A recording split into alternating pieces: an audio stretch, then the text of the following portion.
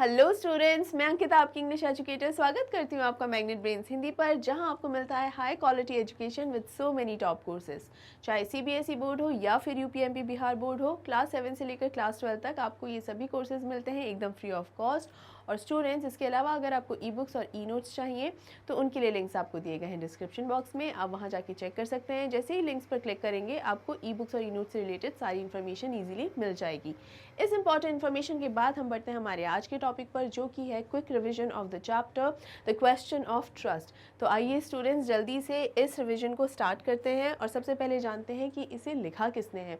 तो स्टूडेंट्स, इसे लिखा है विक्टर कैनिंग ने, जिनका जन्म हुआ था 16 जून 1911 को और इनकी डेथ हुई थी 21 फरवरी 1986 को। स्टूडेंट्स, 3 दशकों तक इन्होंने राइटिंग वर्ल्ड पर राज किया है, क्योंकि उसी समय पे इन्होंने जितना भी काम लिखा, जितना भी काम किया, उसे बहुत सराहा गया। So Victor Canning was a prolific British writer of novels and thrillers. तो यहाँ मैं आपको एक चीज़ ये बता दूँ कि थ्रिलर्स, इनकी वो जो थ्रिलर्स वाली या सस्पेंस वाली जितनी भी स्टोरीज़ हैं, उन्हें बहुत ज़्यादा पसंद किया गया था। And these stories were flourished in the year 50s, 60s and 70s। Right students, I hope आपको ये क्लियर है। अब हम बढ़ते हैं इस स्टोरी के इम्पॉर्टेंट पॉइंट्स पर कि किस तरीके से जो विश्वास पर एक क्वेश्चन बन गया है, कि किस तरीके से there is a question of trust. Right, so the story is about a 50-year-old man who makes locks 50-year-old man who makes locks and lives with his housekeeper. He is a good citizen but not an honest one, as he commits a robbery every year. अब यहाँ क्या होता है, एक 50 साल के व्यक्ति की एक कहानी है। ये क्या होता है, जो ताले हैं, ताले बनाने का काम करता है और इसके साथ सिर्फ एक हाउसकीपर ही रहता है। ठीक है, अब ये हाउसकीपर का इसमें रोल ये है, हाउसकीपर का रोल इसमें सिर्फ इतना सा ही है कि ये जो 50 साल का व्यक्ति है, इसकी शादी नहीं हुई है, इसकी लाइफ में और कोई नहीं है, सिर्फ ये हाउसकीपर ही है, घर का ध्यान रखने वाला। ठीक है, इसके अलावा he is a good citizen. अब वो एक अच्छा नागरिक तो है, लेकिन एक अच्छा एकदम ईमानदार व्यक्ति उसको नहीं कह सकते, क्योंकि एक समय था जब वो चोरी करता था, रॉबरी करता था। अब वो रॉबरी कैसे करता था, देखिए, हर साल एक रॉबरी करता था, एक लूट करता था। All right, he plans his robberies in such a way that the money he gets from there lasts him for at least an year, and he is able to buy rare and expensive books with it. अब इससे क्या होता था students कि वो एक ऐसी चोरी कर लेता था साल में एक बार, कि ताकि क्या होता था, वो चोरी का जो पैसा होता था उससे लगभग वो 1 साल तक जीने के लिए, सर्वाइव करने के लिए आराम से 1 साल तक चल जाता था। अब और उन्हीं पैसों से क्या, वो रेयर और एक्सपेंसिव किताबें भी खरीदता था, मतलब ऐसी किताबें जो बहुत मुश्किल से मिलती हैं और बहुत ही महंगी होती हैं। उसको किताबें कलेक्ट करने का बहुत ज़्यादा शौक़ होता है। अब स्टूडेंट्स, यहाँ एक चीज़ ध्यान रख लीजिए, हे फीवर जो है, इसको बहुत ही, इसकी बीमारी है, इसकी मेडिकल कंडीशन है। इस व्यक्ति को, 50 साल का ये जो बुज़ुर्ग व्यक्ति जिसकी हम बात कर रहे हैं, ये जो रॉबर है, उसको एक बीमारी है जिसका नाम क्या है, हे फीवर। और हे फीवर कब होता है, जब भी फसल कटने लगती है, वो जब सीज़न आता है उस टाइम पर इसको ये प्रॉब्लम होती है। अब ये प्रॉब्लम का क्या है, छींक आती है इसमें, है ना, नाक में बहुत ही ज़्यादा इचिंग सी होती है, तो इससे वो छींकें आती हैं। राइट, और ये पोलन से एलर्जिक होता है।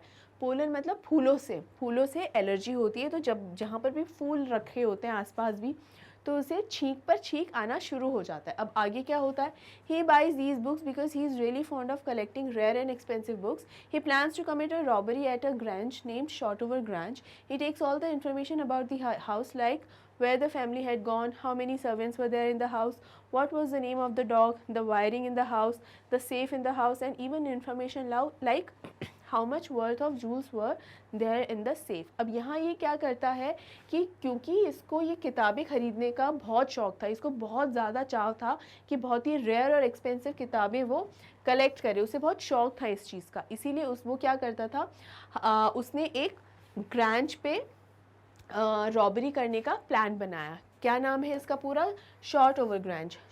ये जो ग्रैंज क्या होता है, एक तरीके का फार्म हाउस।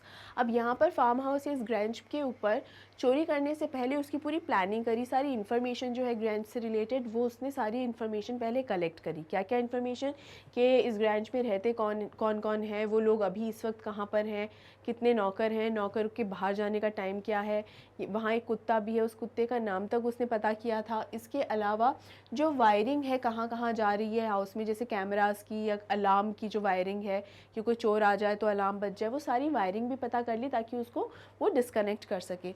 इसके अलावा ये भी पता चला लिया कि जो सेफ़ है वो घर में सेफ़ कहाँ रखा हुआ है, और ये भी कि उस सेफ़ के अंदर जो गहने जवाहरात हैं उनकी कीमत क्या है, वैल्यू क्या है। अब ये स्टूडेंट्स इसे पता कैसे चला, एक मैगज़ीन के अंदर, क्योंकि ये बहुत रईस लोगों का घर है, बहुत रईस लोग रहते हैं यहाँ पे।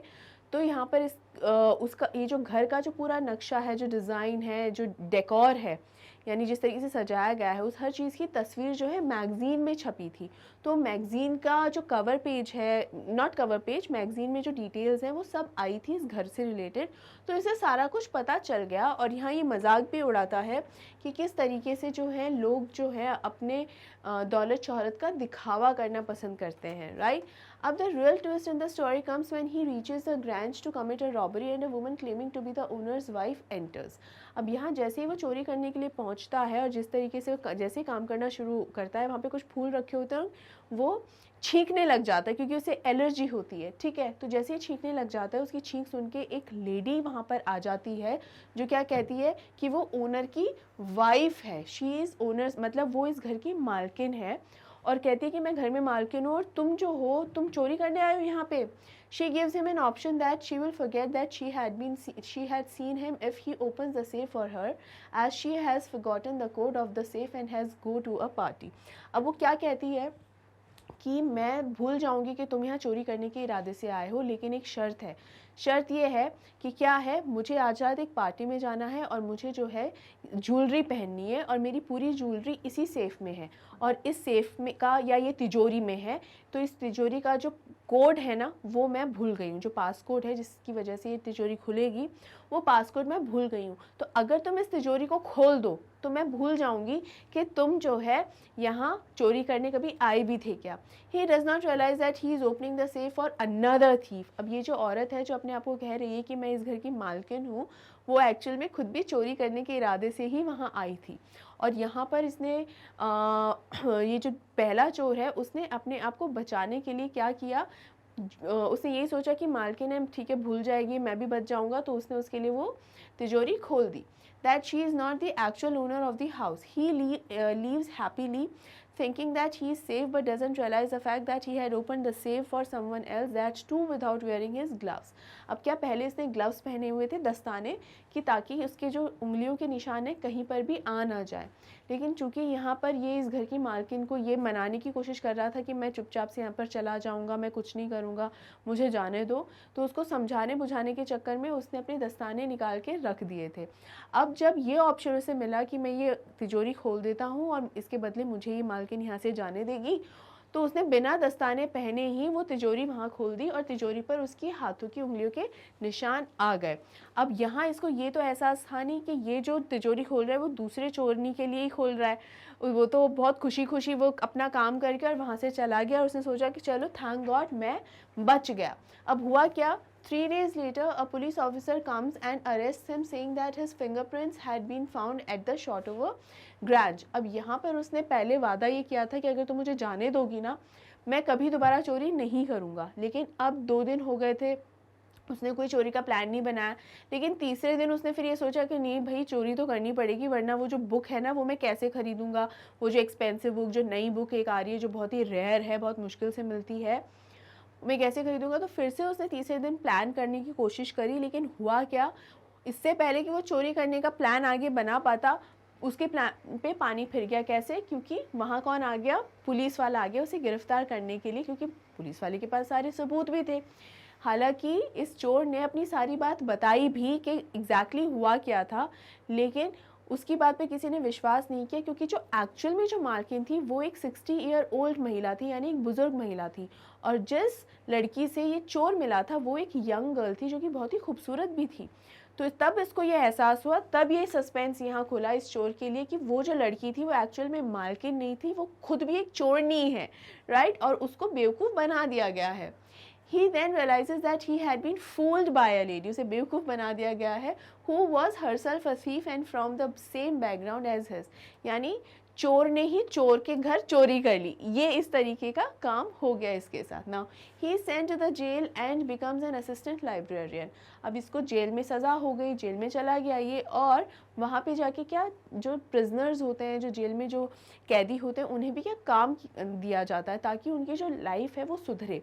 क्या होता है, ये काम देने से क्या होता है कि जब इनका जो जितना भी समय इनको जेल में बिताना है, जब वो अपना टाइम पूरा जेल में बिताने के बाद जब बाहर जाते हैं, तो कोशिश ये रहती है कि जब तक वो जेल में हैं तब तक उन्हें ऐसा काम दिया जाए ताकि इनको काम कर कर कमाने की आदत सी पड़ जाए। तो बाहर जाएंगे तो चोरी उचक्का या इस तरीके का काम ना करके, और ये अपने लिए एक अच्छा ढंग का काम ढूंढने की कोशिश करेंगे, राइट।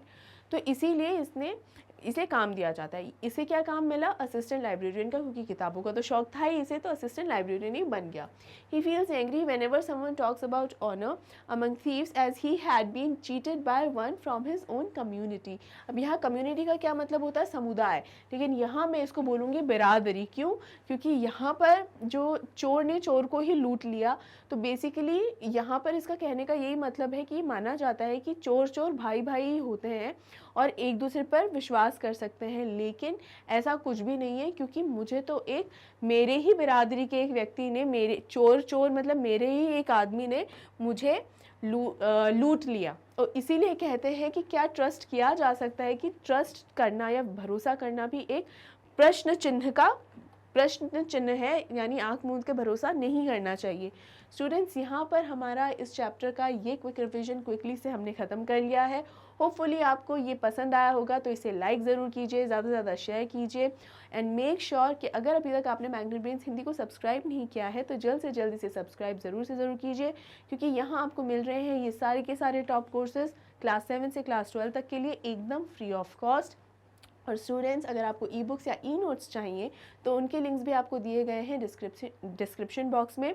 उन लिंक्स पर क्लिक करेंगे तो आपको ई बुक्स और ई नोट्स से रिलेटेड सारी इन्फॉर्मेशन मिल जाएगी। तो स्टूडेंट्स, एक बार फिर से याद दिला दूँ, इसे लाइक करना नहीं भूलना है, वीडियो को शेयर भी करना है, अपना ध्यान रखना है, अपनी तैयारी कर रखनी है, and take care, see you soon and thank you so much.